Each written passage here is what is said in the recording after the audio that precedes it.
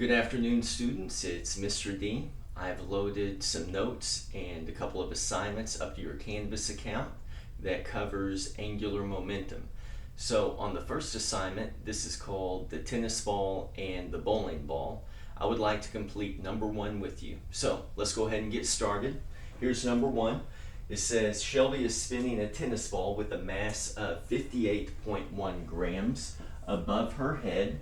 The length of the string is 1.25 meters and the velocity of the ball is 2.135 meters per second. So what we can do is go ahead and draw a picture. We have a top view.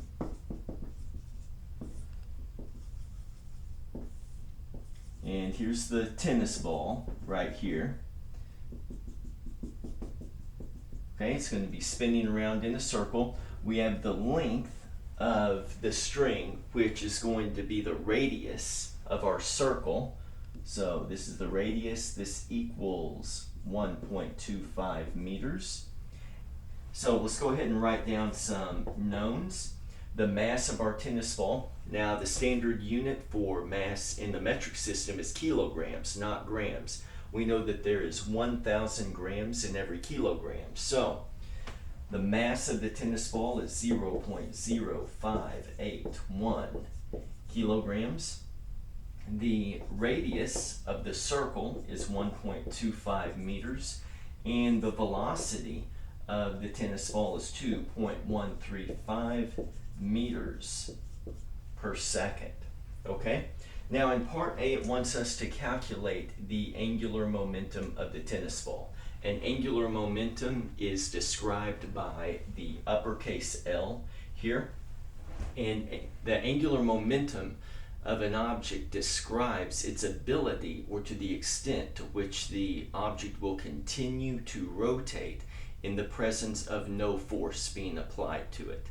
So our equation, the angular momentum of an object is equal to the product of the object's mass, the radius that it's rotating with respect to the axis of rotation, and the object's velocity. So, mass, radius, and velocity. So, we're just going to take the product of these three values here.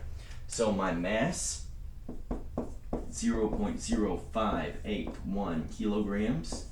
The radius, and we've identified that in the picture that we've drawn, so 1.25 meters. And our velocity is 2.135 meters per second. So what let's do is go ahead and take out our calculator and go ahead and complete the calculation with me, please. So I have 0.0581 times 1.25. And this value times 2.135, this is going to give me 0.1551. Now let's go ahead and take a look at our unit value for what we've done here. I have kilograms times meters per second. And so I have kilogram over 1 times meters over 1 times meters per second. So a kilogram times a meter is a kilogram meter times another meter. That's going to give me kilogram meters squared per second. So we have kilogram meters squared per second. Okay? So I'm going to go ahead and write that right here, 0.1551, and our units are kilogram meters squared per second. All right, so let's take a look at part B. So part B wants us to calculate the final velocity of the object after changing the radius. Okay, so the law of conservation of angular momentum tells us that the momentum for a rotating system will stay the same if no torque is applied to that system. So what I would like to do is a simple experiment to show you what it's talking about. Now, the mass of the tennis ball is not going to change. The only thing that's going to change is the radius and the velocity of the tennis ball. So, as I'm rotating the tennis ball, okay, I'm not going to apply any more force to it, but I am going to reduce the radius, which will increase the velocity. So you see how the velocity of the ball increases when the radius decreases, okay? The opposite will be true when we have a small radius. I'm not going to apply any more force to it, and we're going to increase the radius. So the velocity of the ball slows down.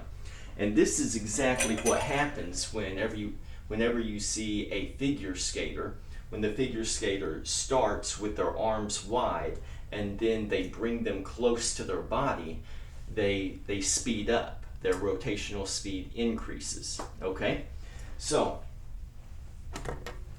what we have using the conservation of angular momentum, the initial angular momentum of the system is going to equal the final angular momentum of the system if there is no force applied to it. Okay, so our initial angular momentum, mass times the velocity times the radius, is going to equal the mass times the final velocity of the object times the final radius of the object. Okay? Now we don't need to recalculate any of this because you have already calculated that value right here. So let's go ahead and write that on the left-hand side of the equal sign. So I've got 0.1551 kilogram meters squared per second. Okay?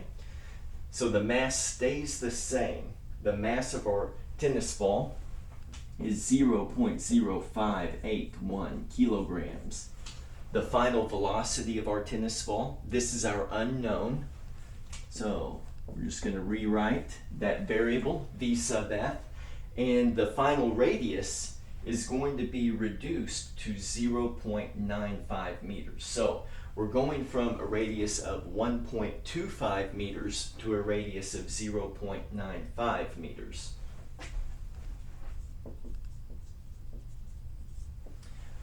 So what I want to do is isolate final velocity on one side of the equal sign. So what I'm going to do is divide by both the mass and the radius on both sides of the equal sign.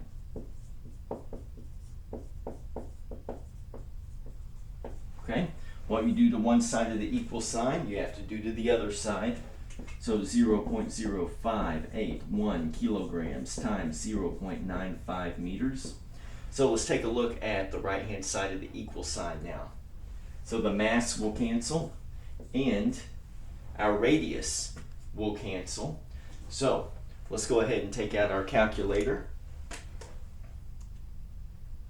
We're going to divide 0.1551 kilogram meters squared per second by the mass 0.0581 times the radius 0.95, and this is going to give me a final velocity of 2.81 meters per second.